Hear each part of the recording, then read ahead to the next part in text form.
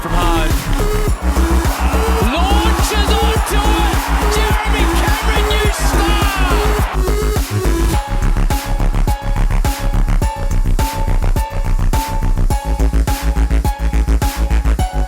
The day we've all been waiting for ever since first bounce of the 2022 season is here. Of course, there's probably a number of people out there that were not like really caring about this, especially me, knowing that there is no chance in hell my team was going to be in there. Even through blind optimism, you still kind of knew. And I feel even worse for our fellow fans whose teams were so close. We probably should have made it, i.e. Carleton and Port Adelaide. I'll throw you guys in there. We're all in the same boat, but at least you guys are at 16, so congrats to that one. But, dude, I'm so excited. I'm so excited because there's so much stuff that's about to go down. 2022 will go down in history as one of the most exciting AFL seasons of all time. Of course, it's the most exciting season I've ever watched. I mean, it's only number 3, but, that's besides the point. It still is nonetheless, and there's a couple teams here. Oh, I can't wait. I really can't wait to get to our back predictions here at the end of the show, just because there is a team that I think could pull a crazy upset and find their way into prelims. Will they make it past the preliminary finals? Don't think so. I think this fan base would love what we have to say. But ladies and gentlemen, we're going to take a look at the team that has the best chance of getting bounced to the finals after losing consecutive games. Yes, there's going to be a top 4 team that's going to lose 2 in a row, and they are going to see, their papers to their couches for the offseason. We're going to take a look at why each team can win the grand final. Yes, that even includes you, the Western Bulldogs. And we're going to take a look at some of the teams that maybe had the most pressure to win the grand final. The bottom 4 team that has the best chances to win the finals. We're going to take a look at the favorites. We're going to take a look at crazy upsets. And you're going to want to stick to the end because, speaking about upsets, we're probably in for a treat here. But, of course, I'm your host, Frost Town, joined alongside by the best in the business, Coach Johnny Hess. Coach, we are just hours away from finals. Your Sydney Swans are coming up soon, too. How are we feeling, man? This is, you can feel it. You can feel it, man. The one thing that I got to give it, I've listened to a few podcasts, and there's some fans that are like, I don't like this bye week. Honestly, I've loved this bye week because it's let all of this talk stew. It's let all of it kind of bubble a little bit. I think it's fantastic. I think it's fantastic for the game because it makes it that much more exciting. Now, there's a little bit me that I'm also an AFLW fan, so I loved the pre-finals bye to let the women's competition go free air. They get the first games out, no men's game. Honestly, think it was good. But I've loved hearing the media kind of lose their minds a little bit because they don't have footy to talk about. They're trying to find stuff to talk about. And it's kind of fascinating to me because I'm like, there's plenty of discussion points. You can break down these games to within an inch of your life. And there's still some intrigue in all of the, in each of these games, there are storylines on both of these sides that are fascinating to me. Even the one that's the first one up, Richmond. Are we going to get Richmond of the previous years that's going to be dominant, that's going to be that potential outside the top 4 team that could win a flag? Brisbane, will they pull their out of their backside? Can they finally show up for a meaningful game? Exactly. and can they make up for some of the losses with Cam Rayner being out, with Ainsworth being out, and then with McAdams being out with long-standing concussion symptoms? So we come into at least here tomorrow morning, it's like, oh my gosh, this is going to be such an intriguing game. Friday, you get the titanic matchup of Sydney Melbourne. So there's all the storylines. Can Sydney do it again like they did earlier in the season at the MCG? Is Melbourne back, or was it a little bit of fool's gold because they beat up a Brisbane team that now everybody is questioning whether they're actually as good as they think they are? And then you have the intrigue of Collingwood back in the finals hosting, I put in air quotes, the number 1 overall seed Geelong in the twilight game that looks like that game is already sold out. So is it going to be a 50-50 crowd? Is it going to be a 60 or 70-30 Collingwood fans?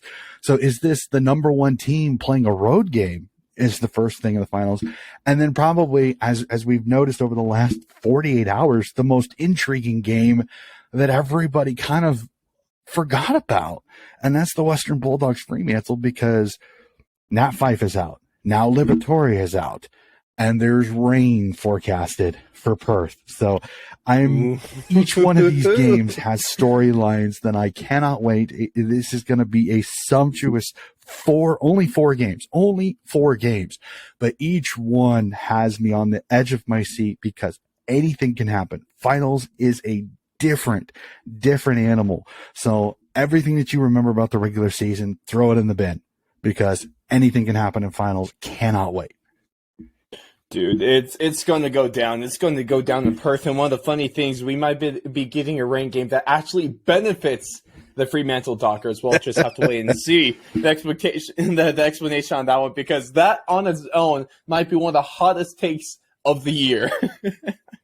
Maybe. Oh boy, we'll see. Hey, we'll see about Frio. But ladies and gentlemen, the way we're going to kick things off for this one is because, of course, it's finals time. And speak about hot takes, let's talk about some overreactions, because that's how we're going to kick things off. Before we get to why each team can win the grand final, we're going to take a look at some of the biggest overreactions that I was able to come up with coming into the finals, and we're going to see if it's actually an overreaction or if there's some truth to it. And Donnie is going to be the man that is able to decipher between overreaction or if it's just right. He's the one that brings me back down to earth. He's the one that takes all of my statements with a massive grain of salt, and so should you. At least some of the time. Some of them, they're absolutely right. You know, one of the best takes I've ever had, and the one most factual one is, of course, that Mason Cox is the greatest American Australian AFL player of all time. He's the greatest American AFL player of all time, and there is no doubt about that, because Mason Cox is going to be taking his team to a flag this year, and that is not a prediction. That is a spoiler. And of course, that's not my official predictions. Mine are a little bit more serious. But yeah, Mason Cox, go Mason Cox. We love you, man. Let's get to things, Lane. Sorry, a little bit of wrestling humor in that one. Sorry. Oh, I'll take it. We got everyone. We include everyone here. All right. But speaking about overreactions, let's get into the first statement here, because the worst quality of any finals team is Brisbane's defense. I like how you worded this question, because if you would have just stopped at Brisbane, I would have said overreaction, because many people, like I said, the one team that many people have kind of went, they're just there, is the Western Bulldogs, because if it weren't for Collingwood, it would be Carlton it would be Carlton in the finals, and it may be maybe a few different matchups. So I look at it like this. By the way that question is written, it is not an overreaction. I mean, Brisbane's defense has been atrocious these last few rounds. Bad, man. It is not playing well, and it's limited.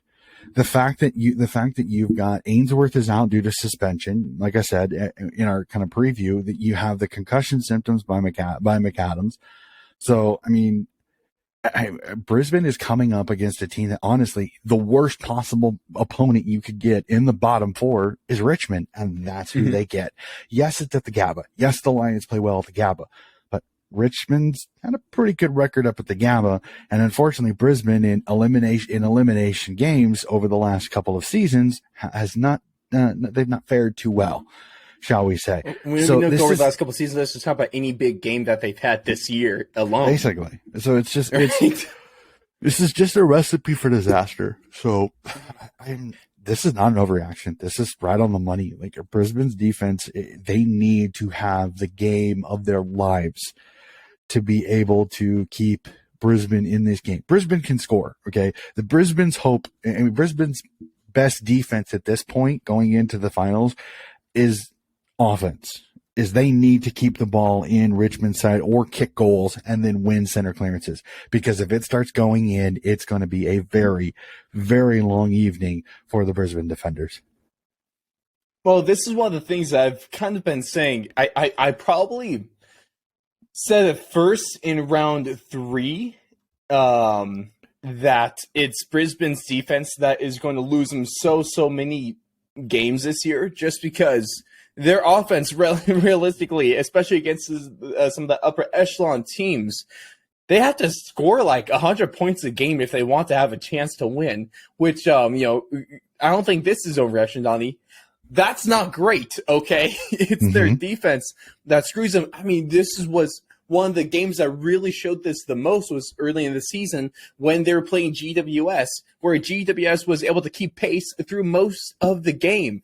It's because their defense couldn't do anything about them. The reason why the Giants lost that game is because they couldn't keep pace with how damn good that Brisbane offense is. But this is a whole different thing, especially when, Donnie, reading out, of course, I'm not exactly sure what version of Dusty Martin we're going to get. Tom Lynch is still coming off of a little bit of an injury as well, so we're not 100% sure to see what kind of players we're going to get there. But before we start recording, they released your lineup there, and the starting six of that forward line is damn scary, and Brisbane's back line is going to have nightmares, I think, especially when this game comes. I think they're going to get shredded. I mean, Don, you want to just go ahead and pull up that list again for everyone with the starters? So the teams dropped this morning, as per usual. The teams dropped this morning, and right now the starters as of right now, and again, not everything is fully, is Tom Lynch, Dustin Martin, Jack Rewell, Morris Rioli Jr., Jaden Short, and Shai Bolton. That's your starting six. And the scary part about it is that another guy that can come into that forward line is Noah Cumberland, who has played really, really well as well, up forward as well. So that's kind of scary. That could cause nightmares trying to face those six, because Morris Rioli's tackling and pressure is going to be there, and with Lynch, Martin, Rewalt, and Shai Bolton, I mean, any of them can kick goals on you from anywhere in the school, from anywhere inside 50. So this is a team that, like I said, I think Brisbane's best defense is going to be scoring, because they're going to have to win clearances, which Nank versus Oscar McInerney, I think, is going to be a push. I think this is one of those Barry, McCluggage, Bailey, Neal, Robinson, and Oscar McInerney have to have games of their lives, because if it goes into Richmond's forward 50, it is alarm bells every single time. Every single time. The only thing that Richmond does have that Brisbane, I think, has a little bit of help is that with no Dylan Grimes to guard Charlie Cameron, there's not really a good matchup for Charlie Cameron in this defense. Okay. Baker can do it, but Baker's undersized. Cameron can jump. Cameron can outmark him in the air. So I think that's a misadvantage. Bolton most likely will get Danaher, because he'll go up the field. Vlauston will most likely get Hipwood. Can Broad slip off of Jared Payne and be able to be that intercepting defender? Because if he's going to guard Payne a little bit more things, Cameron is a matchup nightmare, because right now they have Robbie Tarrant on him, and Robbie Tarrant is a bad matchup. I don't think so. I think Tarrant will most likely take either Hipwood or Danaher, potentially off Vlauston. Vlauston will take McCarthy. So then that way Rioli can take Cameron, because Rioli can kind of go with him pace wise. Physicality wise, I think it's about even. Air wise, I think it's about even. So I think if you can neutralize Cameron going forward, I think it'll help you.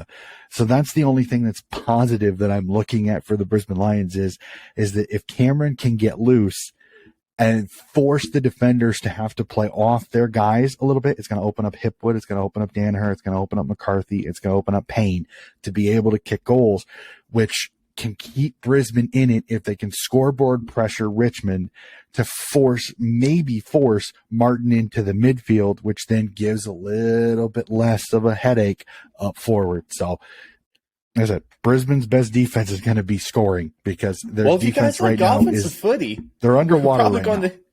If you like offensive footy, you like scoring, we're probably going to have a game just for you to kick off finals, because oh man, it's not that Richmond has a bad defense. It's also, to respect to Brisbane, where credit's due, they have a phenomenal offense. All right, they're one of the best. When they're on their game, they're one of the best scoring teams that we're seeing in with these 8 teams left. I think statistically, these are the top 2 offenses at the end of the year. I believe. There you go. It's something to that effect. I think these are the top two. So this is if this comes down to a shootout, it's the midfield.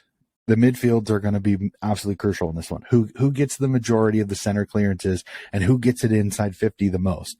I think that team will have a good chance of winning this game.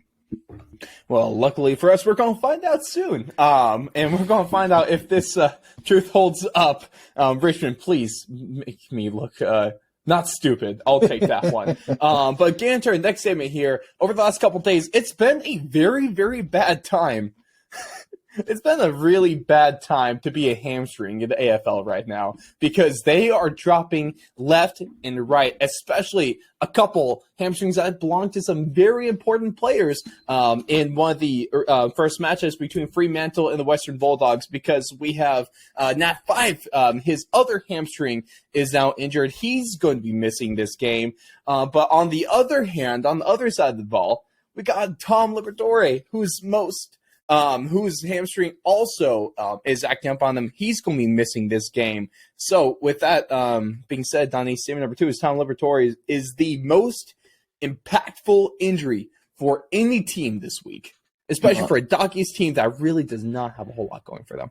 Well, if you look at it right now, the only 2 injuries that we are fully aware of that are injuries are these 2, Fife and Liberatore.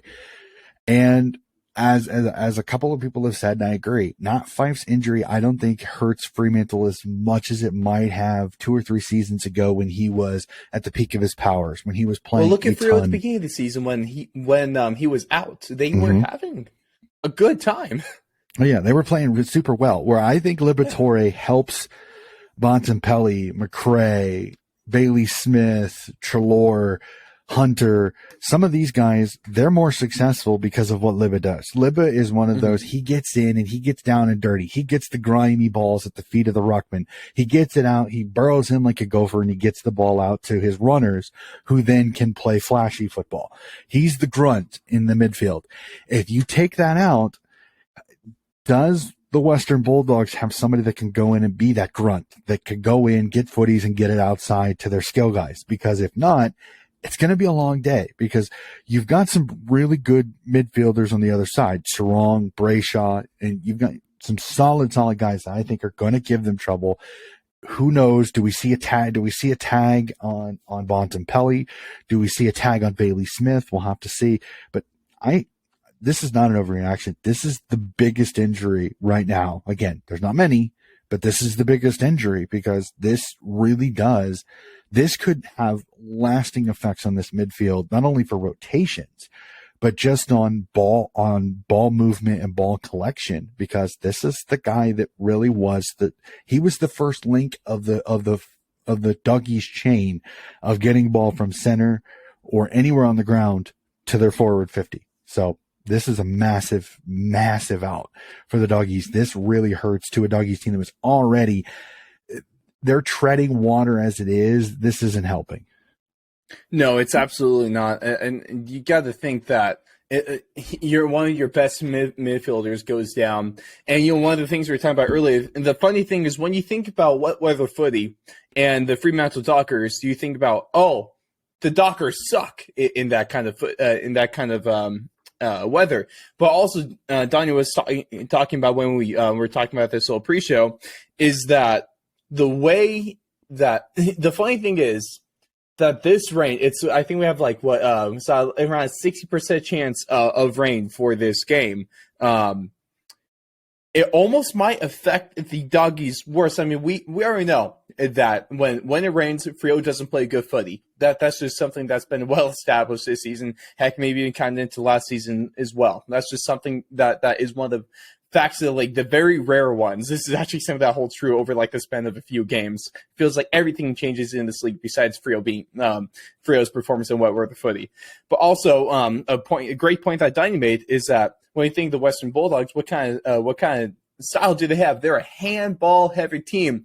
What kind of weather does handball heavy teams not bode well for? It's wet weather footy. So we almost think, Donnie, the Fremantle Dockers are actually going to have the advantage if it rains, especially with these 2 injuries. Well, I don't know if advantage, but I think it neutralizes one of the doggies' biggest it neutralizes one of the doggies' biggest ways to goal, and that's the handball chain out of possession to use their run out of contest to be able to pump it into to inside 50, because handballs in the wet, and I've done it. It's like hitting a bar of soap sometimes. If you don't hit it perfect, it will skid off the side of your knuckle and go sideways. It'll go right, it'll go left. So wet weather footy sometimes it becomes almost one of those, it becomes chaos footy. It's almost get possession if you can, get both hands on it and just bomb it as far as you can and just try to play territory, which is really weird in footy because you don't think territory with the structures that most teams play with these days.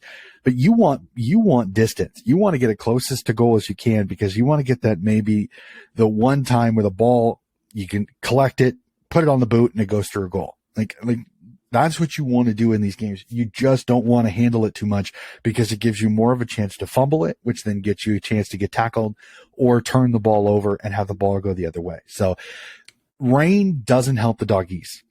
It doesn't help Fremantle, but I think it neutralizes one of the doggies' big advantages with that run out of stoppage. That I think if they can set up if they could set up well behind the football, to where nothing is going to be able to get out the back or anything like that, I think then Fremantle has that advantage of, I think they're a little more grunt in the midfield than the doggies are. So the rain, I think, neutralizes everything. And as I kind of said, it may even give the Dockers a little bit of an advantage. Not massive, especially considering the Dockers, they haven't played well. We're 1-2 in the 3 games they played in the wet this year, and the one they did was against West Coast. So you kind of take it with a grain of salt a little bit. So now, one of the questions I really have to ask, especially with you being the head coach of the USAFL's very own Des Moines Roosters, have you ever led practice by trying to handball soap? Is that a real drill? I have not. I don't. Will you? Probably. We got to have a wet weather training. We don't. Unfortunately, most of the time we get those at the start of the season, which is when we do a lot of the skills, which I think is kind of perfect, because trying to play in the rain, if you ever get a rain game, it's fun sometimes, because you know what you gotta do. What we did in football is sometimes I've never done. Will just take the hose and they'll spray the field, they'll spray you, they'll spray the ball. You ever just hose your guys down just to get. Don't exactly have a lot of access to hoses at our particular training for where we train. Just bring some water balloons, man. There we go. You gotta just huck water balloons at your players. I don't think I'm going to be doing that. I don't think I'm going to be doing that right now. No, but world's worst coach. I've seen some teams, what they'll do is they'll slick the ball with some water a little bit, just to get guys used to being able to handle how the ball is going to.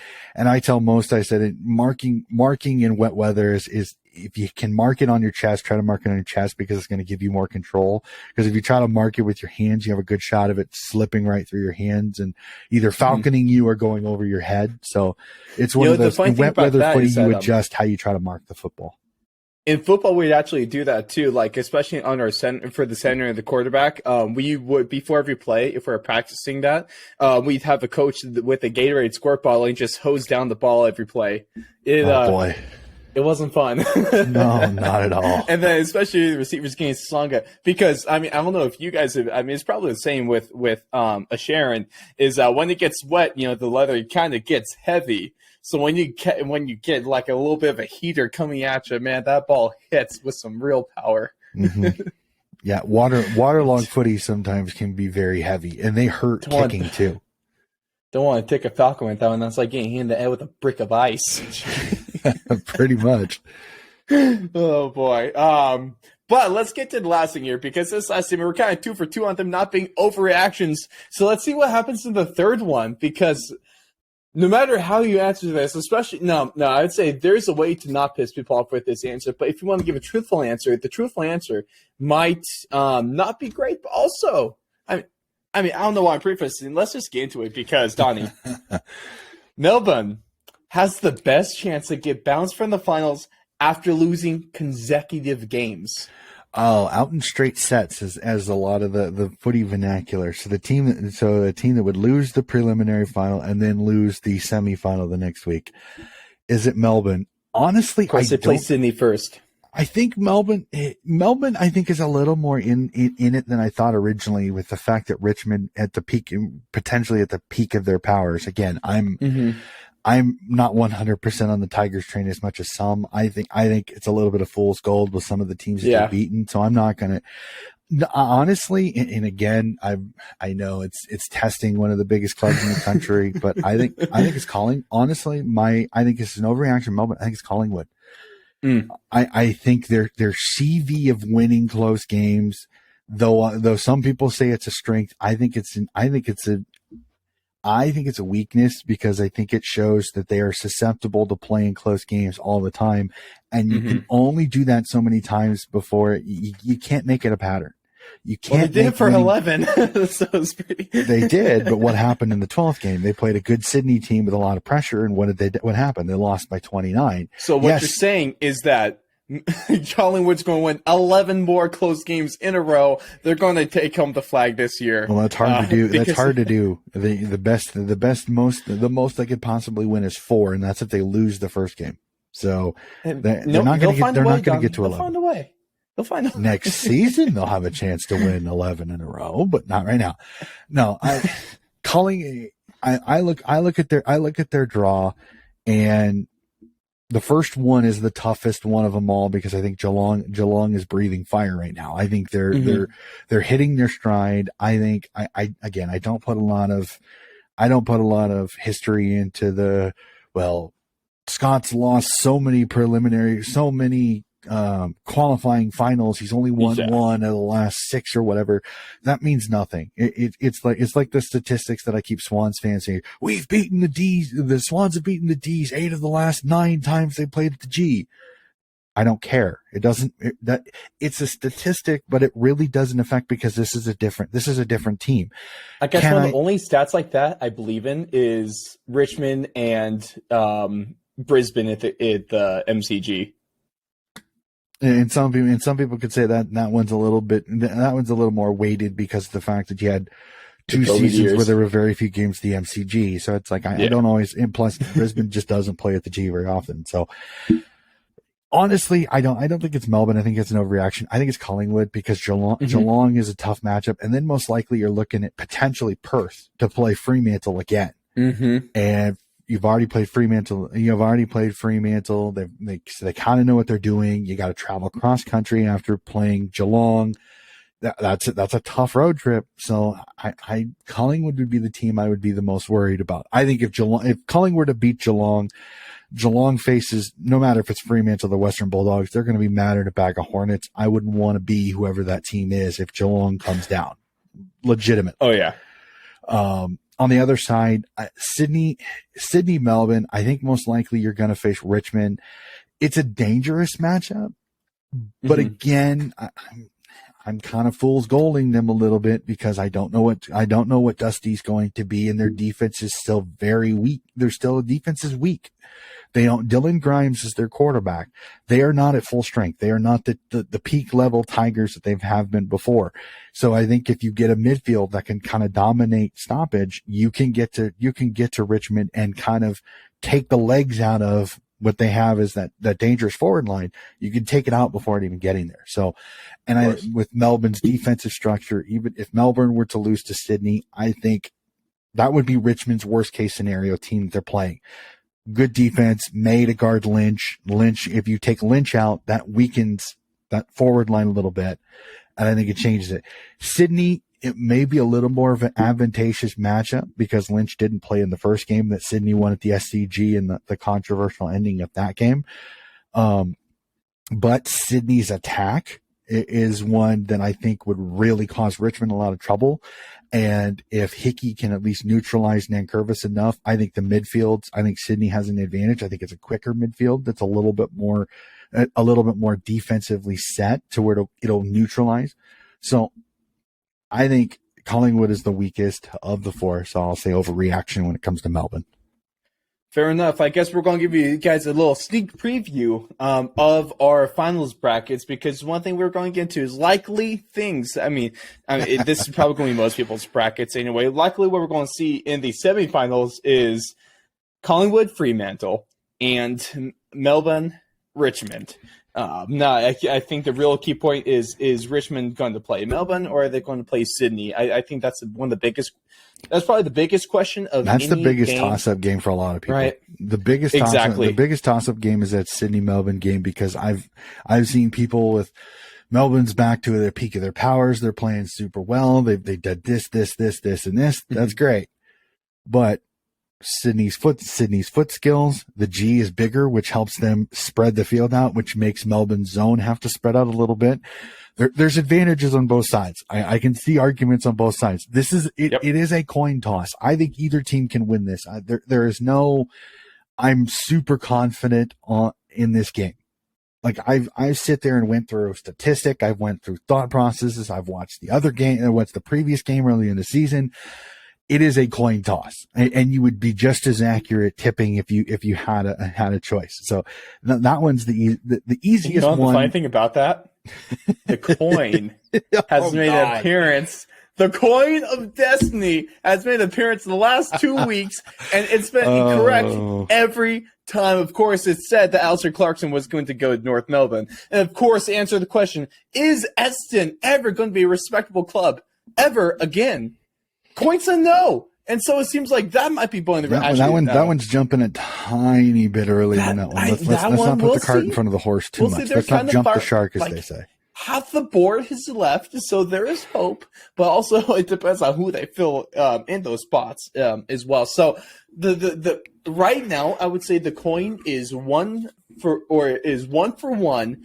And we're still waiting on the Essendon thing. Well, we'll revisit that. One here is in TBD. In a few. Hey, but 1 for 1 and then TBD. That's still perfect. So the coin is going to make an appearance this round, whether you like it or not. And we're just going to have to wait and see because there's a very specific. I'll give this to you guys. There's a very specific game in the finals that the coin is going to make an appearance, and that might reshape the entire latter half of it.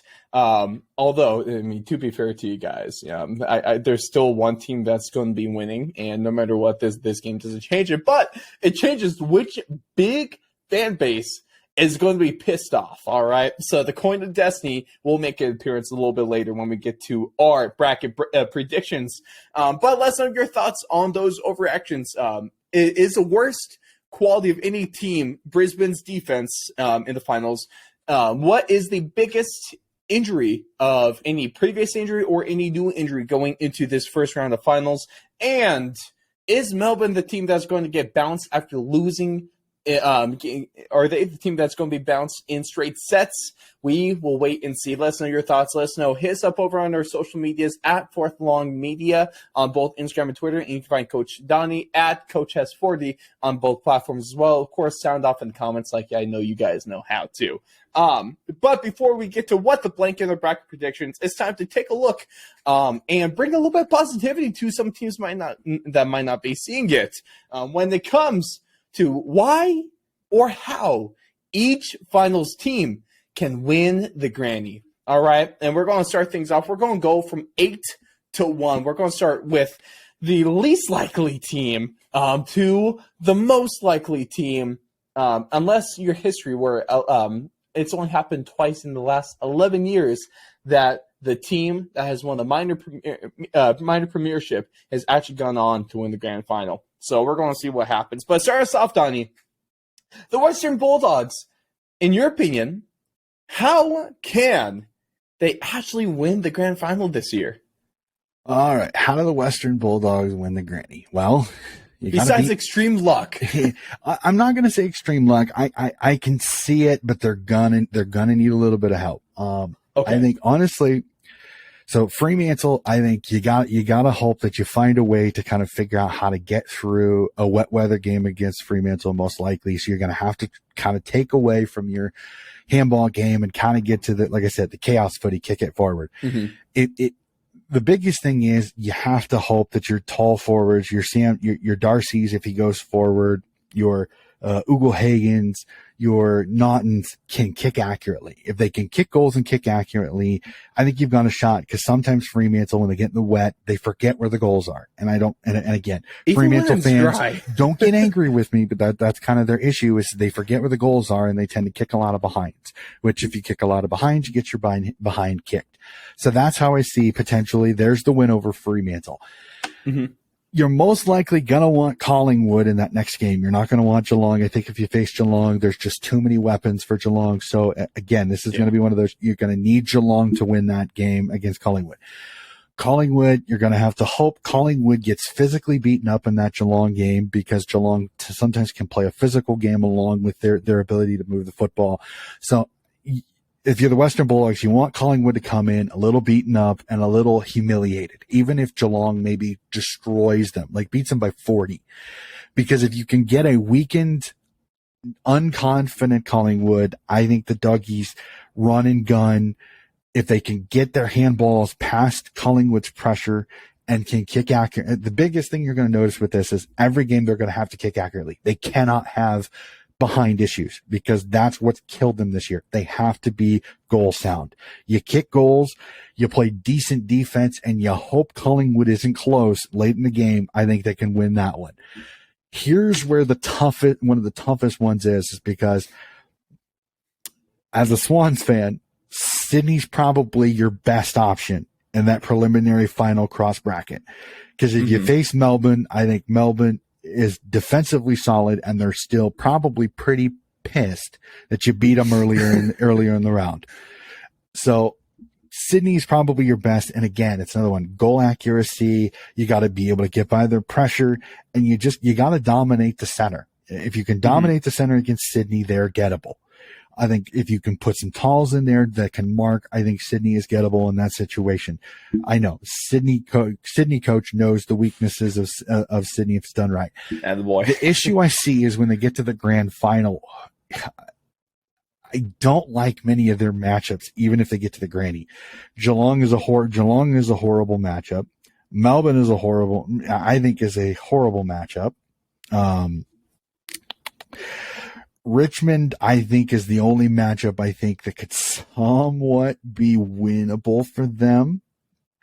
But honestly, and this is extreme luck, is somehow Brisbane runs the gauntlet and gets to the final, because I think that's the only team on that side of the bracket that I think the Doggies, that like Brisbane getting to the preliminary final would be a monumental. But if Brisbane and the Western Bulldogs is the grand final, it's going to be the weirdest grand final ever.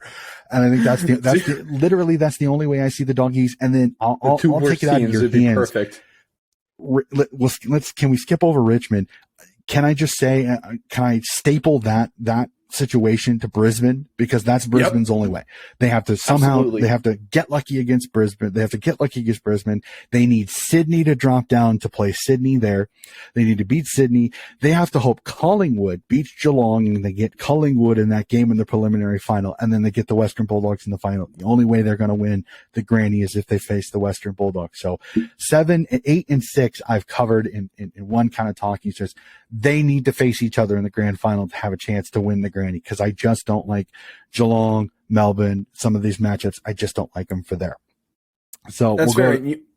Go ahead. One of the funny things about the Doggies, though, is that, and I think this is one of the point of why this team was maybe so confusing this year, or why a lot of the teams, like, I mean, even we spoke about them, we touched on them being one of the more disappointing teams this year, is of course, correct me if I'm wrong, Donnie, but like, the list compared to their grand final team just a season ago to now isn't that different.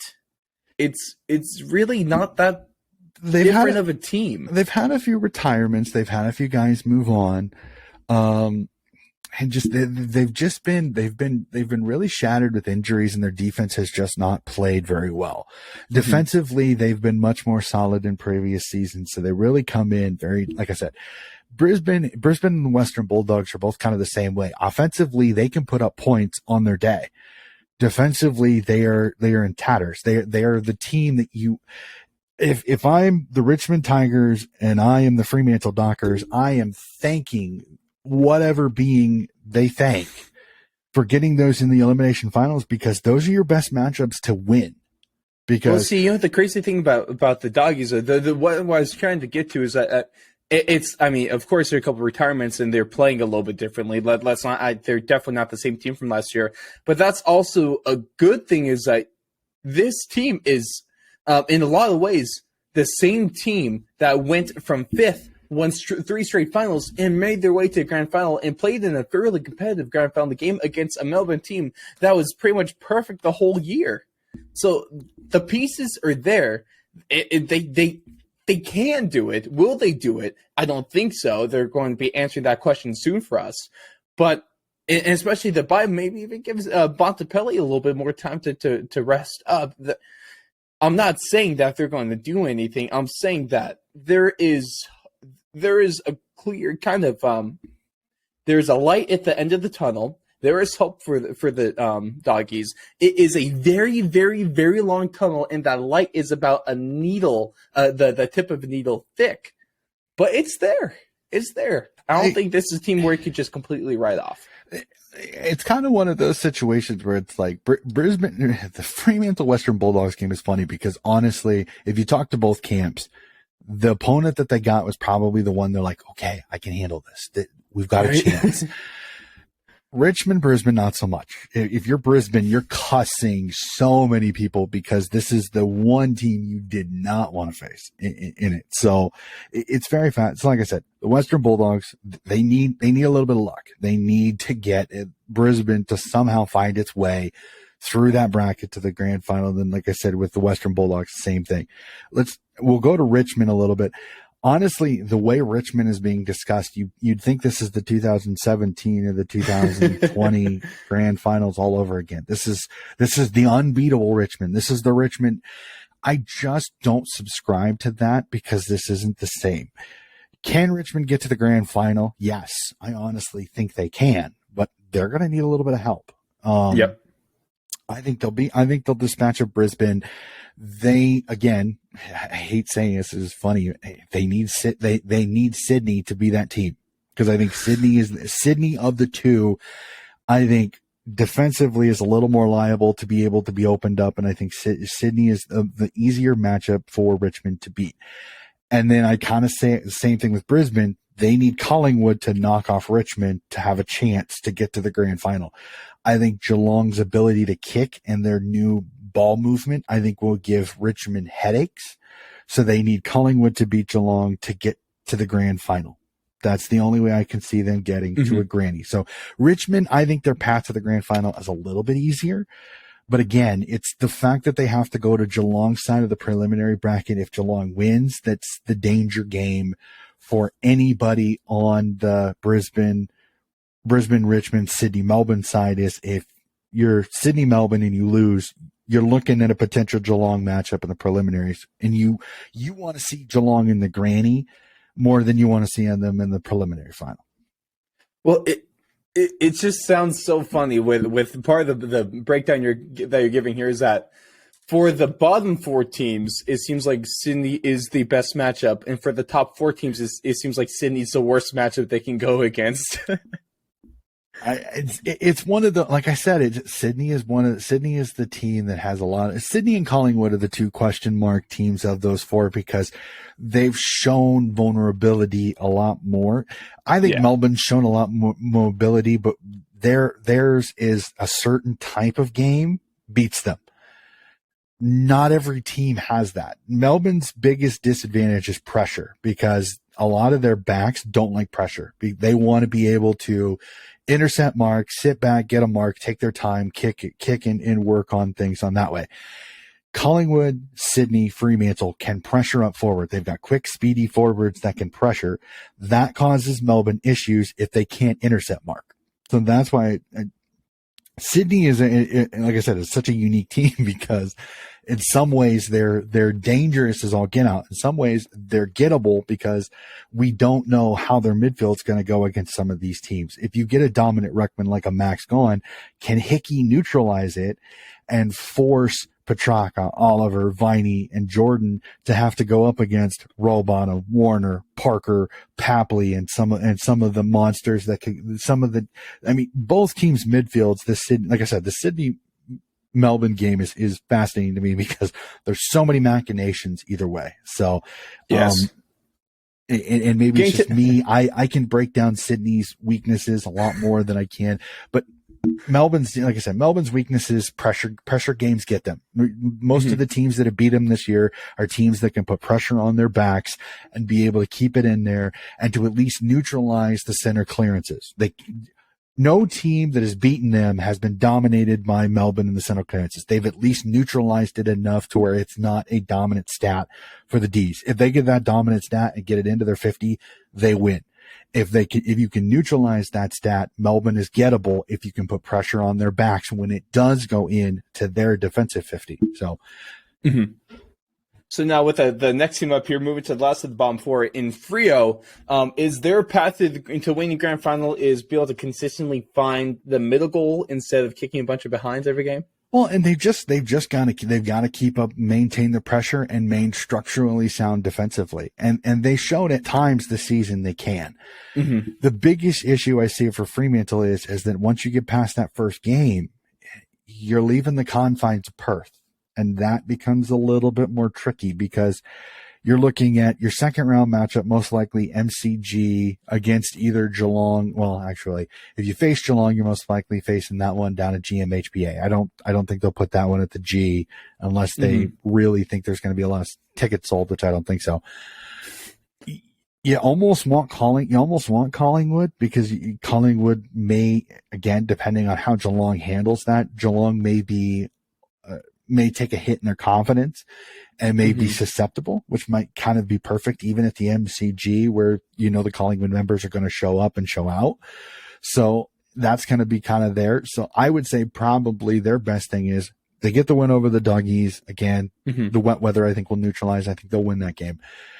I think you play Collingwood and you have to kind of fight fire with fire. You have to pressure them just as much as they pressure you. And you got to kick goals. I mean, that's the one thing in the finals is goal accuracy can make or break you big time. You win that one, you're looking most likely Melbourne, Sydney. I think both teams Fremantle has a chance to beat. Depends. Sydney kind of ate them up a little bit with their ball movement. So I'm going to flip it a little bit. I think Melbourne might be the best advantage. Melbourne is not the greatest kicking mark-to-mark team, which can get them. The pressure by Fremantle got Melbourne early in the season. Again, May went out early, so how much did that change that game a little bit too? So honestly, if I'm Fremantle, you almost kind of want Melbourne because Melbourne is not known for the kicking, the kind of pinpoint kicking that Sydney ate up Fremantle in that game earlier in the season. So going by previous results, Melbourne might be your best chance on the opposite side of the bracket to get to the grand final. Who's your best chance to win the grand final? I'm not sure because you told me to get him to the granny, not to win it. So that's my way. It would be Collingwood in the semifinal and a prelim matchup. I think with Melbourne, I think may be the matchup that they have a chance to win. I think Sydney could be a bad matchup, even at the SCG. I like that, though. And now breaking into the top four teams of how they could win the grand final, it gets a little bit easier. There's probably a lot more ways where these teams can than the previous ones. I wouldn't say it's easier. I wouldn't say it's easier. Fair enough. I guess a lot of them have maybe more ways to win, especially we just wait till we get to Geelong. We're really the only three thing games because any of these ones you win the first one, you're in the prelim. You have one less game to play, so it's right. It's an easier road. I'm not saying it's it's the easiest road. It kind of depends. Like we go off number. Geelong, you have kind of have a lot of ways to make it to the grand final. Really, against any team you come across, one of the only things going against them at this point is they just have to maintain form. If Geelong maintains their form, they can get to the granny easily. If they can maintain that 12-game win streak, I think they make it to the granny easily.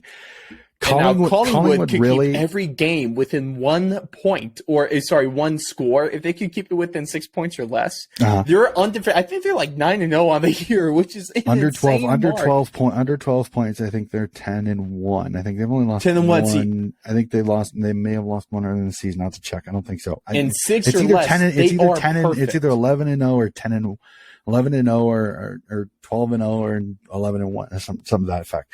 With Collingwood, honestly, Collingwood just keeps the only way I see with the flag. With Collingwood, the only way I see him get to the grand final, and this is 100% honest, the only way I see him getting to the grand final is beating Geelong. If they don't beat Geelong, I just think too many games and some tough opponents going, no matter what way they go. I just don't see. I see they have to beat Geelong in this game.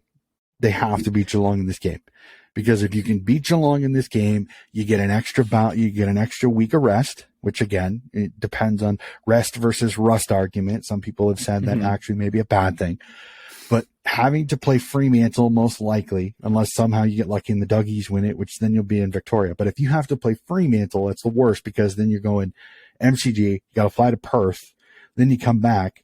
And then you got to hope you don't get Sydney up in Sydney in the preliminary final, because that's a lot of air miles on you, plus 2 extra games before you get to the granny. So if I'm Collingwood, I want to beat Geelong, because that puts me in a preliminary final and guarantees me the NCG at home in that preliminary, no matter who you play. And the interesting one about that too is if they beat Geelong, a super likely opponent for them is going to once again be Melbourne at the MCG. Melbourne, Richmond, or Sydney. Any of those three. It just depends. More likely, it's probably going to be Melbourne. Some people their more likely opponent may be Richmond. Fair. I guess we're going to find out when we get to our brackets. Well, again, there's so many machinations. Like I said, it depends on how you go. And I think, but if I haven't seen the tipping thing. Let me go back into the tipping thing. But if they play Melbourne, one of the games that we had to throw it back to was back in round 13. This is kind of when the D's were not looking too great on the year. They met each other at the MCG, of course, and Collingwood beat them by 26. Melbourne's scoring Stafford just kicking 8-8 for 56. So if you're going, back into, of course, this D's form is pretty damn different from when they first played, but Collingwood does have the head-to-head advantage. So that would be a very interesting matchup. Yep.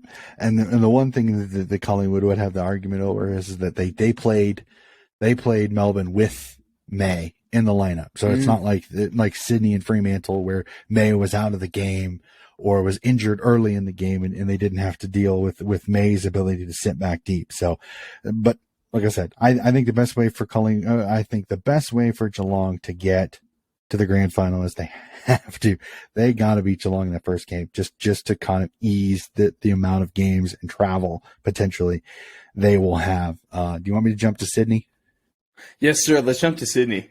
Honestly, I Sydney's one of those, again, like I can bash talk them and then I can talk them up. Honestly, I can see them getting to the grand final no matter what way they go, because I think their kick mark ability is going to give teams issues if it's on point. Now, they've had a few games where they were iffy off a little bit, but if they're on point, they can pick teams apart. They can go fast. They can go slow. They can play defensive. They can play all out attack. They can do a little bit of everything. The issue with Sydney is the center contest and the contest work, because when they get beat, they get beat badly in contest. They've neutralized it out over this little win streak, but have they played the cream of the crop? Not really. Have they played some good contest teams? A couple of them, yes. Collingwood's a good contest team, honestly. St. Kilda on its day can be a really good contest team, and those are their last two opponents. I mean, Adelaide, North Melbourne, not so much. So I kind of look at it as Sydney, I think they can get to the grand final either way. It's the question of if they go the long way, if they somehow drop it to Melbourne, it becomes much more difficult, because you have that extra game, but you're playing everybody's favorite outside of the top four in Richmond, most likely in that semifinal game, which is going to be at the SCG, which I think, again, I think it evens out both teams. The biggest question will be goal accuracy that day and what type of form is a Dusty Martin and a Tom Lynch in at that particular day. You get by that one, you're looking at Geelong or Collingwood. You hope you get Collingwood if you're Sydney, because I think Collingwood's a easier win, but I still think Sydney's kicking ability can open up Geelong's defense a little bit. Geelong is a different animal than they played him in round 2, because Jeremy Cameron kind of started picking up the pace, got his petrol going really early, didn't get his petrol going really early this season. It kind of took him a little bit to warm up. Hawkins was okay, but sometimes big, strong, full forward sometimes can give Sydney some headaches. So if you're Sydney, if you want the ultimate way to get to the grand final, if you lose that game against Melbourne, you almost want to play Richmond, not Brisbane, as I think Brisbane's offensive abilities may give them issues. Richmond, Collingwood to get to the grand final, because if you face Geelong, it's a little bit tougher. I think Sydney's in with a chance against Geelong. I think Collingwood is a little bit easier matchup. And man, I guess we're going to have to talk a little bit when we get to our bracket predictions, because that Sydney Geelong game is going to be big, whether it's in the preliminary finals like it very well could be, or whether it's in the grand final like it very well could be. That's going to be an interesting one coming up. Of course, to cap us off, speaking about those teams as well, Melbourne and Geelong, the top 2 teams from this year. And for taking a look at that, Melbourne and Sydney are as historically or in the better positions ladder-wise to actually be able to take home a premiership this year. But how do either of these teams, I mean, I guess Geelong, like you said, you just pretty much have to keep form, and honestly, you could play 80% and you're probably going to be able to handle most of these teams in the finals. You don't even need to necessarily play perfect footy just because they're pretty that damn good, but also history plays is kind of wagging its finger, so to say, at Geelong, just because typically we broke this down last week as well. Those minor premiers do not fare well when it comes to actually winning a grand final. Yeah, 100% agree with you. With Geelong, if they stay form, I think they can win no matter what. They don't have to win the prelim. I think they're one of the few that could play 4 and still win the grand final. My issue if they play 4 is they have an older list. So getting to the grand final, did they run out of steam at the end of it? So for them, their ideal situation is to just win 3 games and win the grand final that way. Melbourne's kind of one of those, honestly. If I'm Melbourne, I kind of almost like Collingwood, you almost have to win the game against Sydney, because honestly, very winnable game. Well, here's the thing. I honestly think the way Richmond plays, again, pressure style, chaos footy, no structure, they tend to play a little bit quicker. That hurts Melbourne a little bit because they can't structure behind the footy and get their defenses set up. So if I'm Melbourne again, I'm going to say it kind of like I said with Collingwood. I don't think they want to lose. If they lose this first game, you're most likely facing Richmond again. Not disrespect to Brisbane, but I'm going to chalk that one up a lot because I think it's the most likely outcome.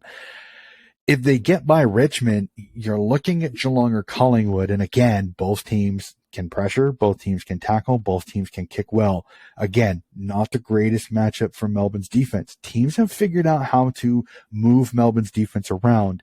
You can't bomb it down the line against Melbourne because Gawn, May, and Lever will intercept it, and it's going to come right back down your throat. You have to be able to find spots. You have to be able to run a gun. You have to find empty, quick, short kicks to make their defense move, which will then open up holes to be able to attack them. So Melbourne, honestly, I think they got to beat Sydney, because if they get into the muck of the semifinal preliminary where they have that extra game, I think it's going to hurt a Melbourne team that, honestly, they still, for me, have some weaknesses that can still be exploited. This isn't the unbeatable team that we thought they were around 10. And as we had kind of discussed in a previous podcast, I kind of pointed out they weren't playing the cream of the crop in that 10-game winning streak. They also And it weren't got playing that well either. and it against the got non-best exposed teams. after that. That's when they. Mhm. I think what was it? Somebody pointed out this in their last 10 games. There's 5-5 or 6-4 or something to that effect. No, I think it's 5-5 because their final. I think their final record was 16-6. I think was their final. Yeah, 16-6 was their final. So once they started 10-10, they played 12 games. They were 6-6 to end the season. They were 500 after that 10-game win streak. So, I mean, if that doesn't tell you some of the cream of the crop teams that they played in the second half of the season have figured them out, I don't know what is. Again, Melbourne can still win it. They can, if they're at the peak of their powers, they can still win the whole thing. They're still, them and Geelong are the two best teams list structure wise if they play their best. The problem is Melbourne has not. Yeah, dude, it's so weird because this one of the things we're going to get into when it comes to what the blank coming up next is that who's the weight riding on? Is it the minor premiers? Is it Melbourne that's trying to they're trying to rewrite their narrative right now because they look pretty dang good to start the year. But You want to jump right into it because I got an answer for you. Exactly. I think we're going to do, but like then they hit that skid. Now they're trying to climb back up the ladder and show, hey, we're not just like this one hit wonder that's able to win a premiership after was it 60 years, 65 years? Yeah, it was 65. It was 65 years last year, but last year again, It was kind of one of those where I don't think there was as many teams that are competitive. I think this year's a different animal. Like I told some people, man. Honestly, I can sit here and find a way that I think, and I'm going to adjust it. Originally, I started at 7. I think it's 6 now. I think 6 teams. 6 of the 8 teams I think can win a flag if they get the right. Doggies, if they get the no right Brisbane, everyone else. Basically, I think the doggies are underwater, especially now that Liberatore is hurt. I think Brisbane's lack of a defense, plus the fact that Reyna and Ainsworth are both out, and McAdams and Adams being hurt or having the concussion issues. I think there's just too many holes in Brisbane's defense. So, I think there's 6. I think 6 teams. If everything goes right, there are 6 teams that could raise the cup at the end of this. That's how even this is. I know Geelong was dominant. I know Geelong was dominant.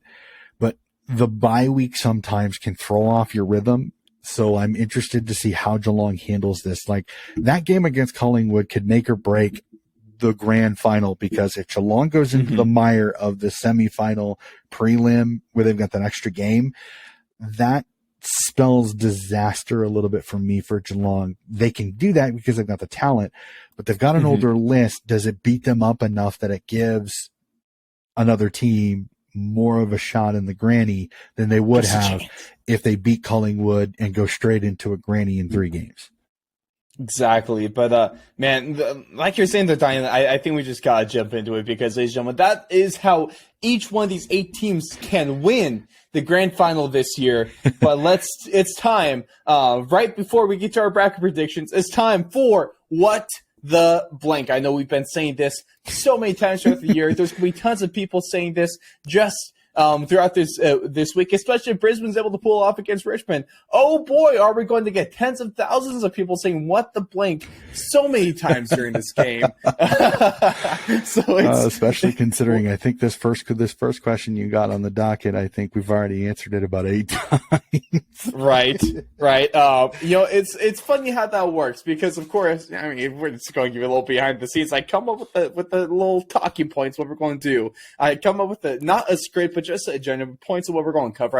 I kind of write out stuff like if I have notes, if I have, stats and stuff like that. But besides this, most of this is from the noggin. So you guys, that's why you sometimes get horrible takes from me, because it just kind of comes unfiltered. I already have a horrible filter, and especially when it comes to something in sports, it just kind of comes out there. And I mean, Don, you've commented before where I say something to go, wait, no, that's horrible. No, I kind of have to reel myself back in. Or even better, you're here to keep me in check, and you reeled me back in. So sometimes we answer questions by the time we get here. So what that means is we're going to get one. And for a fact, I'm just going to come out the top. Speaking about coming out the top of my head, I'm going to get you guys an extra statement for what the blank, one that Donnie doesn't even know, one that I'm kind of forming in my head right now, so I don't even fully know that. So we're going to see what happens when we get to there. But for those that don't know how this statement works, we have 3 statements, about to be 4, where there's a blank at either the beginning, the middle, or the end. And it's up to Donnie to fill in the blank with whatever he so chooses. Could be a word, could be a phrase, it could be an entire thesis. I do not care. I don't think we're going to get that. I think that will drag on for even longer than we typically go. But I don't know if we get Donnie on the soapbox, then we just might get that, ladies and gentlemen. And that's just a little gentle dig at my man. But statement number 1, the bottom 4 team most likely to win the flag is blank. Richmond. There we go. All right. Rewind the episode back. I've given all my reasons. I'm not going to go through it again. I think Richmond is one of those. If Richmond gets to be Richmond as they have in previous seasons, they can win it. Plain and simple. Well, there we go. We got statement number 2 coming up. And now is when we can finally, we have not answered this one yet, because blank has the most pressure to win the grand final. Now, I kind of hinted on this one here a few minutes ago. Is it Melbourne, the team that's trying to prove that, last year wasn't a fluke, and that the middle of this, I'm sorry for that noise, I am doing a fantasy football draft, ladies and gentlemen. And apparently, even though your phone is muted and put on vibrating in silent mode, it still plays at ESPN. Thank you so much. But we know that Melbourne is it Geelong. I mean, they're the minor premiers. Obviously, there's going to be a lot of pressure there. And one thing Donnie's hit on is that there are older lists. How small is their window? Is it closing after just this year? And then also, throw in a couple other teams there: Sydney, Collingwood, hell, maybe even Richmond, just because of their finals pedigree. Donnie, blank has the most pressure to win the grand final this year. Geelong. Plain and simply, Geelong has the best record. They come in with a 12-game winning streak. And the reason they have the most pressure is because so many people have talked about their record in finals. Plain and simply, Geelong has the best record. They look like the most dominant team at the end of the year going into the finals. Plain and simply, more people are probably chalked down in their bracket challenge Geelong as the grand final winners than I bet anybody else, because they look at the what many would consider the weakest of the top 4 teams in Collingwood, which many people would chalk up a win for Geelong. And then your shot, most likely you're not even going to get your toughest opponent won't be till the preliminary final. And you're going to get them after they've most likely played a couple of tough teams before.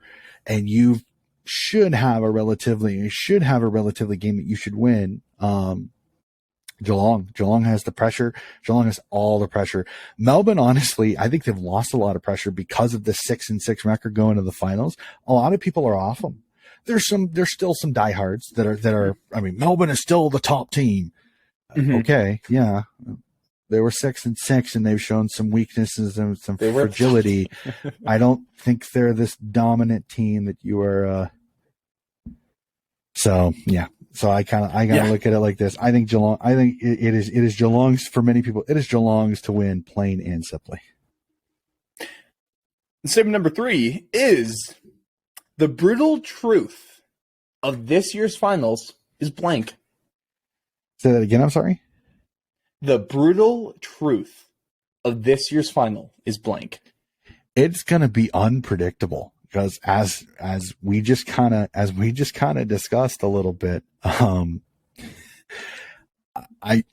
don't know the Sydney Melbourne game. You could flip a coin 100 times, and each time you could have a chance to get it right and be completely wrong.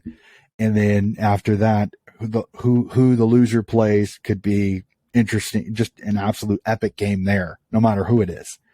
And then you go to the other side. As I said, I think 6 teams can win the grand final if things go. Fremantle has a chance. If they can play their best footy, Fremantle can win. Richmond can win. Sydney can win. Collingwood can win. I know some people are like, well, Collingwood can win because they win close games. As much as their DNA, I think, hurts them, it can help them in some situations, especially in tight grand finals games, if they can get that same kind of magic. Melbourne can win. Geelong can win. when it's unpredictable like this, when it's not a slam dunk, like Geelong's going to win, there's no question about it. That's when the finals gets a little boring because you go into the game going, am I going to be surprised? No, probably not. This year, I'm going in not really knowing. Like, I'm confident Richmond can win, but if Brisbane wins tomorrow, it's not going to shock me tremendously. It'll shock me a bit, but it's not going to shock me because that's the way this season has been. As soon as I think I've got it figured out, something happens and it comes out of nowhere. So I'm going into this finals as nervous as I am as a Swans fan. If I put my neutral hat on, take my Swans red hat on and put my neutral hat on, this is the most intriguing final. I'm almost at the point I'm going to stay up for every single, like I almost want to stay up and watch Geelong, Collingwood, and then stay up for Fremantle, Western Bulldogs to watch them live because I don't know if I want to watch them on tape delay because I don't think it's going to get the same emotion as it was watching it live because, again, anything can happen, and I cannot wait.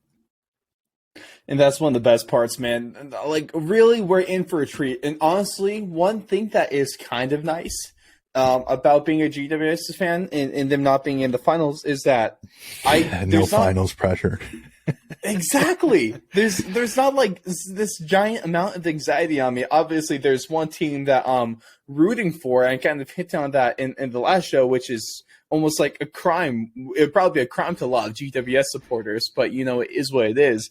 I was telling, Donnie knows one of my favorite players in the league is Buddy Franklin, one of the teams I root for, not just because, partially because I was big on them last year, and they're kind of proving me right, and might be able to prove me right again this year. And also it helps that that's my co-host's favorite team as well. I just really enjoy watching Sydney. They're just a really fun team to watch with a bunch of young guns and one of the greatest players to ever grace a footy field. All right. So I obviously I'm going to be rooting for them, but there's even a couple other teams I would love to see here. Mason Cox, the greatest American AFL player of all time, the greatest American Australian AFL player of all time. We'll love to see him get his hands on the Premiership Cup. But at the same time, is it going to happen? I don't know. Maybe, probably not. Maybe. Let's go. And let's be real. I think if Collingwood won the grand final this year, that is the team that pissed off the most amount of people. So, of course, that would be entertaining in its own, seeing Twitter blow up. Oh, boy. You know how I like things, Sonny. # fingers crossed for chaos, baby. But here we go. Coming off the top of my head, last one for the round before we get to our bracket predictions. Statement number 4 is the player that is going to lead goal scoring is blank.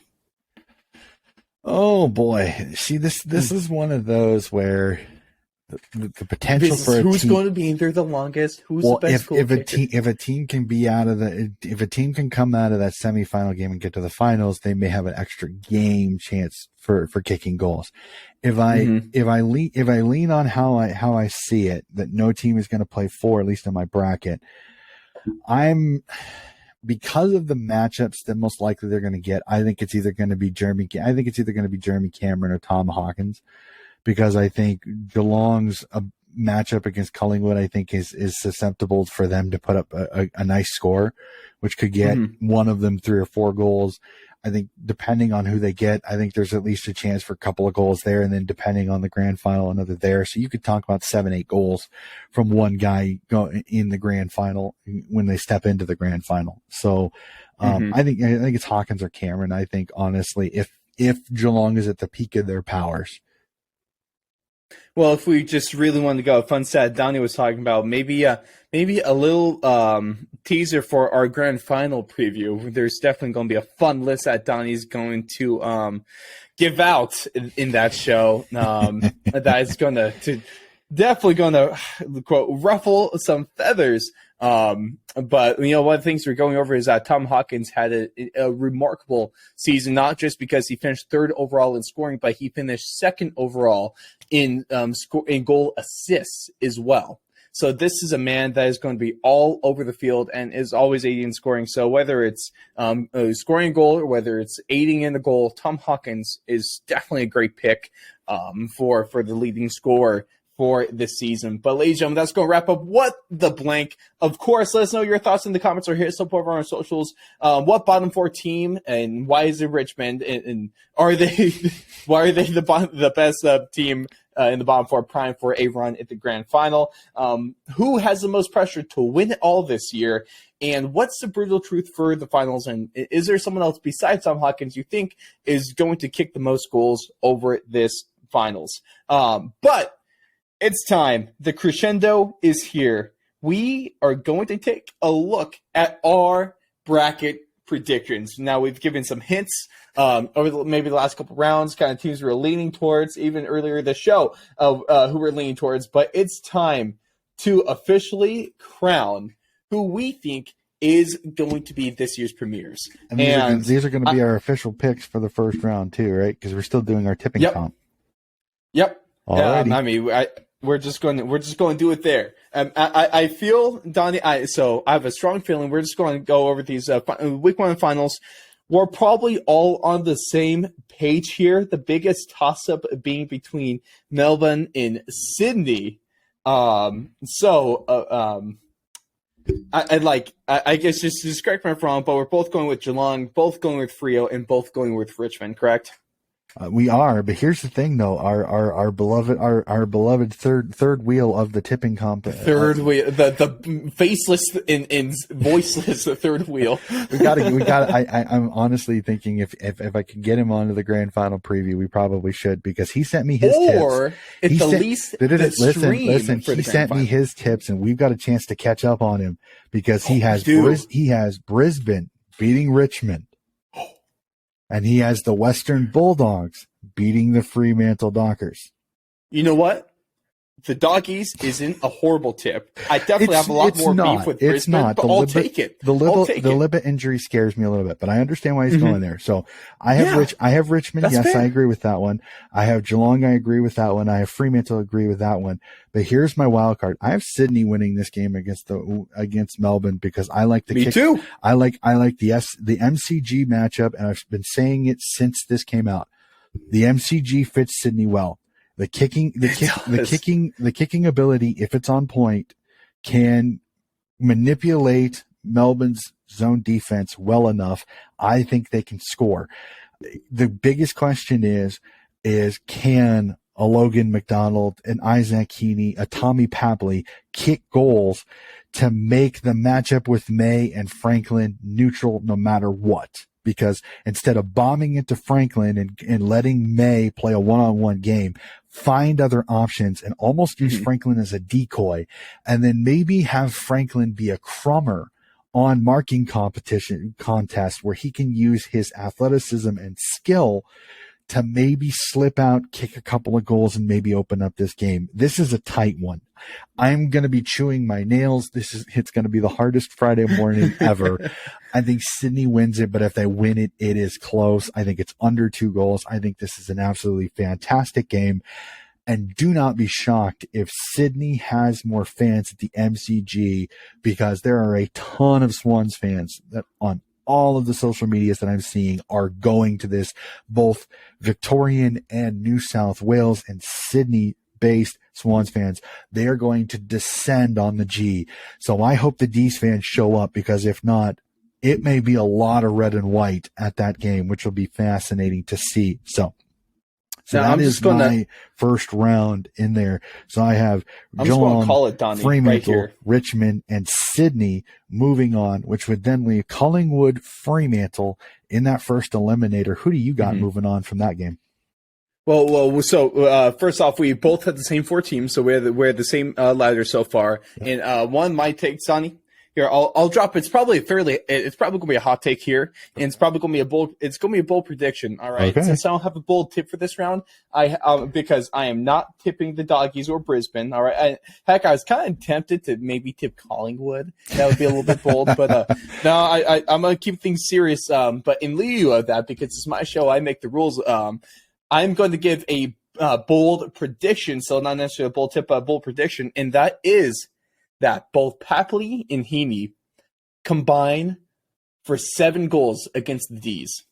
Wow, 4-3, 3-4, 5-2. Most Swans fans will not turn that down. Exactly. As long as it's not 7 goals, 8. Like they kick 8 behinds combined. Oh, that'd be horrible. Unless they're scoring a lot, because then that means somehow Melbourne's defense falls apart, which I highly doubt will happen. They were playing. I think it was one of the mid-season games, kind of near the middle of the year. But I saw Papley kick one. And I was like, I think it's fairly quick. I was like, oh, Papley's kicking 4 this game, and he went out to kick 4. So when I say Papley does things, it apparently happens. 1 for 1, baby. That's 100%. So I'll take that one. Well, Pap's got to find the center goals. And unfortunately, there towards the end of the season, he got a little wayward. He had one game he was 0-4. And the next game he was 2-5. So he's got to find the big sticks a little bit more accurately a little bit. And if he does, he's a dangerous matchup for a lot of people because of the fact that he can lead, he can mark in the air, and he's great on ground, and he reads the play really well. He's a great crummer. And the other thing is he gives his team so much energy. When he kicks goals, he celebrates, and it brings energy to this young team. So if I'm Melbourne, as much as Buddy is a dangerous opponent, Papley is number 2, because if you let that little stinker get his energy into Sydney, it can really motivate Sydney. Sydney tends to, sometimes I believe Papley is a barometer for that team. If he's going, Sydney's going. So I'm fascinated to see how Melbourne handles him, because Papley was one of those that got Melbourne in a couple of points, and I think it really energized Sydney's team. So I'm fascinated on that matchup.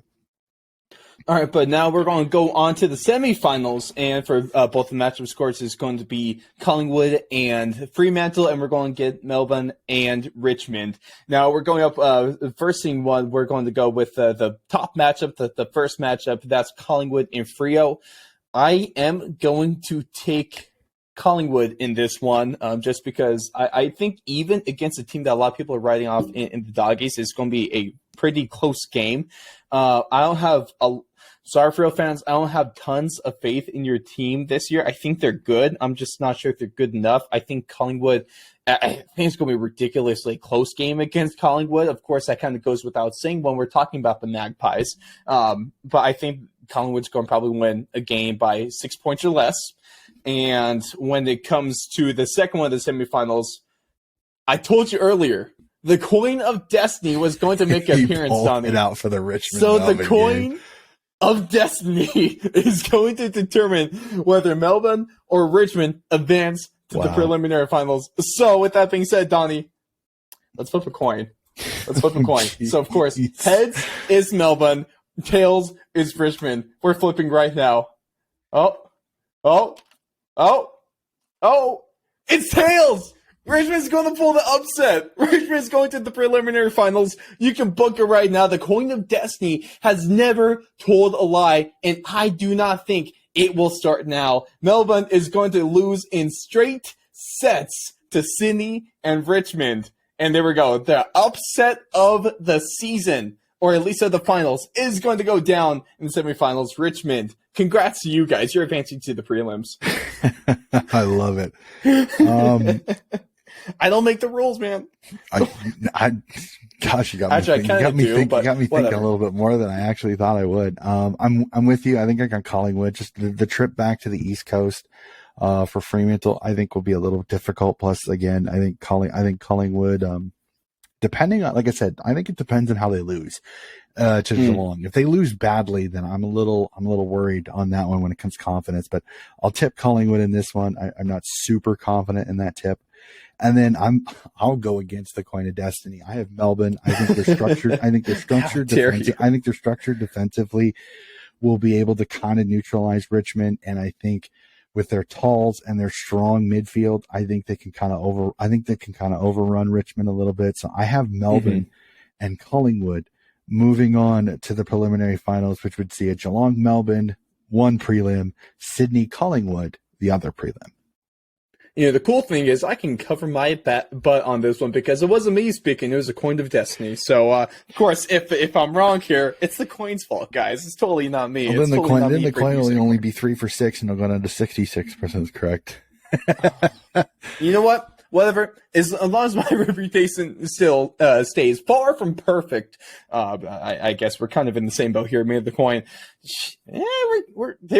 Realistically, there is a 50-50 chance that Richmond beats Melbourne because it's either they do or they don't. All right, that's 50-50 in my book. So let's get on to the preliminary finals because even though the coin of destiny spoke in the semifinals, I don't think it makes a lick of a difference. No matter who Geelong plays in this one, whether it's Melbourne, whether it's Richmond, I think the Geelong Cats advance, and I'm liking Sydney in another matchup with Collingwood. I like Sydney and Geelong making it to the grand final, 1 and 3. Mm-hmm. I'm exactly the same with you. I think Sydney Collingwood, Sydney's pressure. I think Collingwood, it's a bad matchup defensively. And then I like Geelong against Melbourne. I think that their ball movement, I think will give Melbourne headaches. And the two biggins will make Lever have to guard somebody. And if Lever has to guard Cameron, it is a bad matchup because Cameron is much, much more mobile. And I think he'll give him headaches. So I have Geelong and Sydney in the granny as well. Oh boy. So it all comes down to this. The grand final is going to be taken against the minor premiers, Geelong Cats, and the third on the ladder, the Sydney Swans. Now, this is a game where, as Donnie alluded to earlier, they play each other very early in the season. Definitely different Geelong team there. Maybe a similar Sydney team, though, that we're seeing now. Geelong is trying to get a little bit of revenge from that earlier loss where they lost by a fairly decent margin in that one. Dude, I really do think that these are the best two teams that we see in the comp from round 1 to round 23. I think these have been two of the best teams, two of the best teams. This one was such a toss up for me too. Like, obviously it's easier to pick Geelong. I'm not saying it that it's. I mean, obviously they're going to be the favorites in this one, but Sydney can play Geelong very well. I think that this stylistically, this is a really, really interesting matchup that we're going to be getting here. Of course, this is one I really hope we get. But how do you see this one going down, Donnie? This is one of those offensively. This could be dynamite. A grand final, a big wide ground. Both teams that are pretty good using the footy on this absolutely magnificent MCG. I think it's going to be fascinating. I know people are going to be like, "Damn it, coach, you homered this one." I'm tipping Sydney, and let me. This is not red-hatted Donnie just going homer tips on this one. I really thought about this a lot. Geelong's biggest thing that they've really changed is that they've kind of structured things a little bit different. They brought Sam DeConing in, but if you put Sam DeConing on Lance Buddy Franklin, you're gonna out athletic him because he's younger. But strength wise, if Buddy can get him tied up, he's gonna have a strength advantage like no other. Can the defense then from there be able to stop Franklin, Heaney, Papley, and Hayward? I think Will Hayward is the guy I'm thinking could be a grand final of the ages because that fourth defender's got to take Will Hayward. He can mark it above his head. He can kick goals. He's a great crummer. It's going to come down to not the top 8 of the 22. It's the bottom 5 or 6. And I think Sydney's bottom 5 or 6 are just a little bit better. Defensively, it will be a fantastic game. 2 really good defenses, 2 really good offenses, 2 relatively really good midfields. I think it'd be fantastic. I just think Sydney's kicking ability and the fact that I think if Geelong's the weight in between each game could cause them some issues too. Sydney's a younger team. I don't think it'll take that much. The issue I would see in this game big time would be the nerves of a young team on a big stage. The only thing that I think will help Sydney is that I think Sydney would have a fan advantage because the South Melbourne fans would show up. I think the red and white would be very, very thick in Geelong in at the MCG. I think the Swans may get 60-40 when it comes to the fan support at that game, which I think could help them out a lot. So I'm going to tip Sydney in this one. Again, I thought about it so much, and and there was part of me that was like, does Sydney get to the grand final and lose again? Because Geelong's a team of destiny. And there's something about this Sydney team. If they get going, they're scary good. They're scary good. My only worry is their inconsistencies earlier in the season. Do they rear their ugly heads in a much more pressurized finals? So I'm going to take the risk. I'm going to tip the Swans here because I think if they hit their stride at the right point, there's not a team in this league they can't beat. I'm not saying they will. I'm saying they can. I love it. I really do. And to give my prediction here of who is going to take home this year's premiership, I'm just going to paint a picture. And this is a picture that I've been thinking about for the last couple weeks now. What's going to happen here? One of my favorite players of all time, Peyton Manning. He won the team for my favorite team ever, the Denver Broncos. He went out in a blaze of glory. We had a future Hall of Famer going to the biggest game of the year, the Super Bowl, and he goes out. He doesn't necessarily have the best game because he was pretty noodle-armed that whole season, but that's besides the point. Shout out to that defense, all right? But he goes out on top. He's the Super Bowl champion. Here we go. Bold tip. I guess fairly bold prediction too, Donnie. Buddy Franklin kicks 4 in his last game of his career. He goes out as a champion and a Norm Smith medal winner. Wow, that's a call. That's a bold tip there. The perfect way to end a career. Oh yeah, perfect. If Buddy Franklin is going to do it. Honestly, like I'm 100% with you. I think if the Swans somehow if they get a flag this year, I think Buddy retires. Legitimately, that's what he went up there for. He wanted to win a flag. I think he does. I think they can do it, man. I think they can do it. It's definitely possible. If Sydney plays its best footy, they've got a shot. Again, Geelong is a difficult opponent. Melbourne is a difficult opponent. Collingwood will be easy. So this is, like I said, this is going to be an insane finals. Like anything can happen if things go certain ways. But there you have it, folks. The team of destiny and the first seeded team, the top team on the ladder, the minor premiers, are once again going to make their way to the grand final and find a way to lose, because the young guns over at Sydney are going to be taking home the shiniest trophy in the world, right up there with the Lombardi Trophy. And Buddy Franklin is going to have the perfect ending to what's pretty much been a perfect career. Now, there's going to be a lot that needs to happen for the Sydney Swans to be victorious and for our ladders to be proven correct.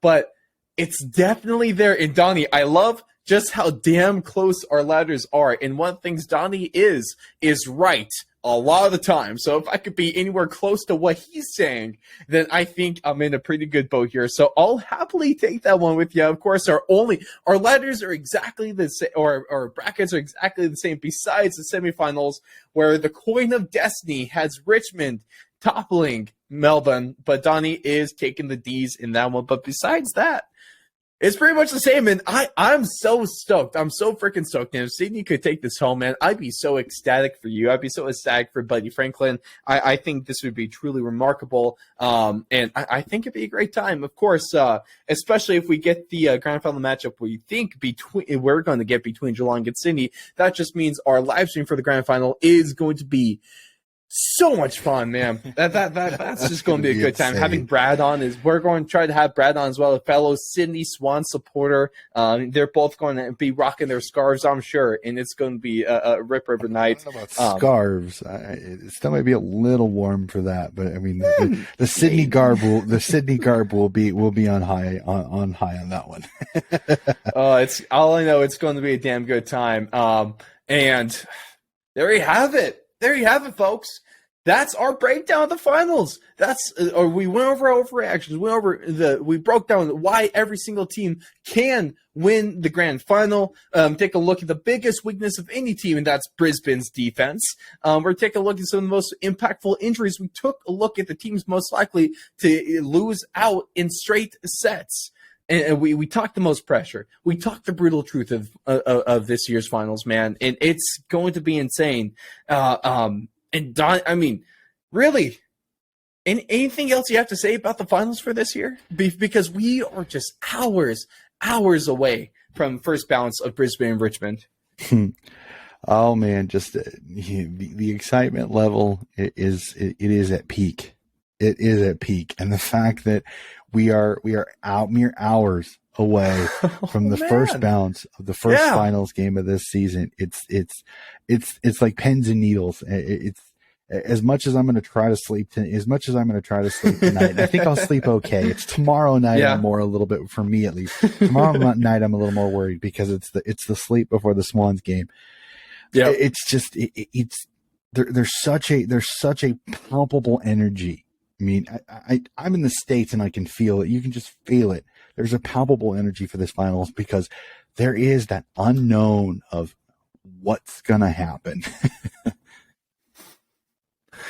Dude, oh, it's so good. I am so ready for this. I am so ready.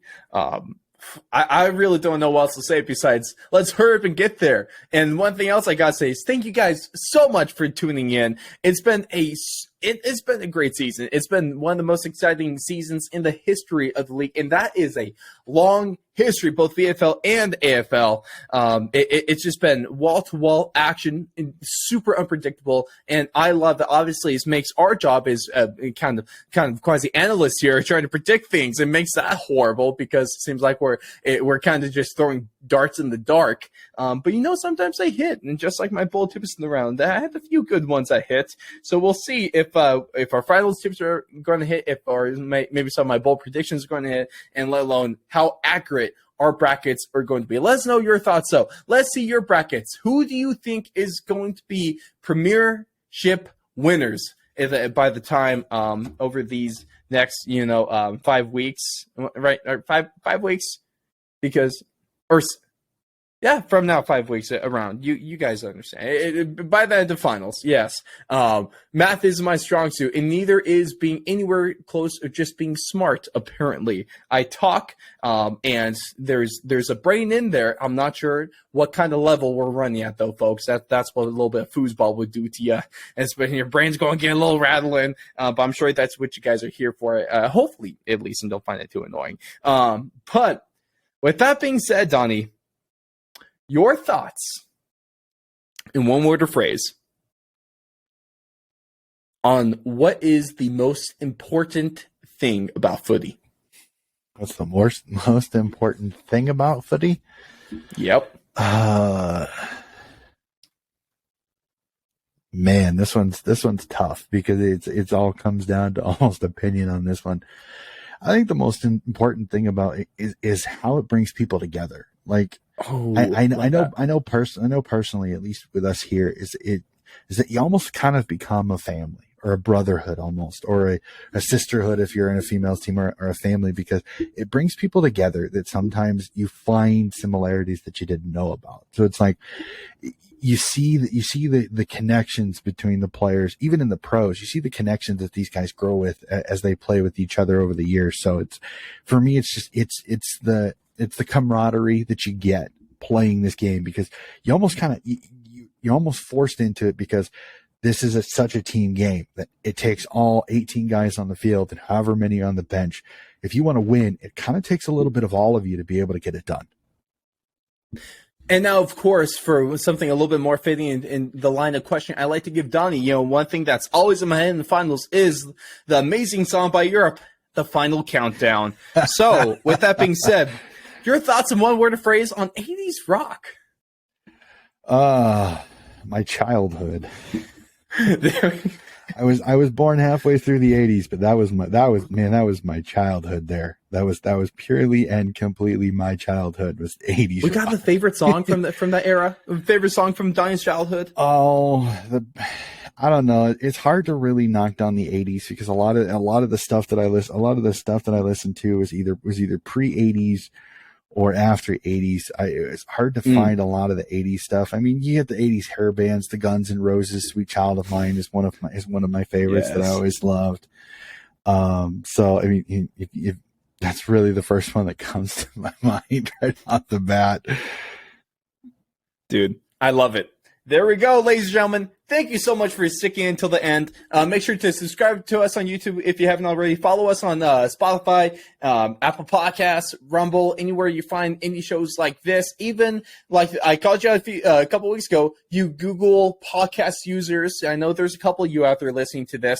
Go ahead and make sure to follow us if you haven't yet, because you're going to want to stick with us until the end of finals here, because it's going to get crazy. It's going to get insane. It's going to be a lot of fun, though, at the same time. So make sure follow us on Twitter and Instagram. Daily content, graphics, all that fun stuff. Release times. Go do it. At Fourth and Long Media for both for us over on Instagram and Twitter, and you can find Donnie at Coach Has 40. If your team is still standing, best of luck to you guys. And if you're if you're a fan like me, where we don't really have a horse in this race, let's just go ahead, enjoy footy. Let's enjoy final season, and let's enjoy to the cherry on top what's been a fantastic year. Thank you guys for listening. We can't wait to see you next time. Go Swans, I guess, or go fill in the blank of your favorite team if they're still in the finals, and so we can't piss you guys off. Have a great time watching finals. Keep it tuned. See you next time.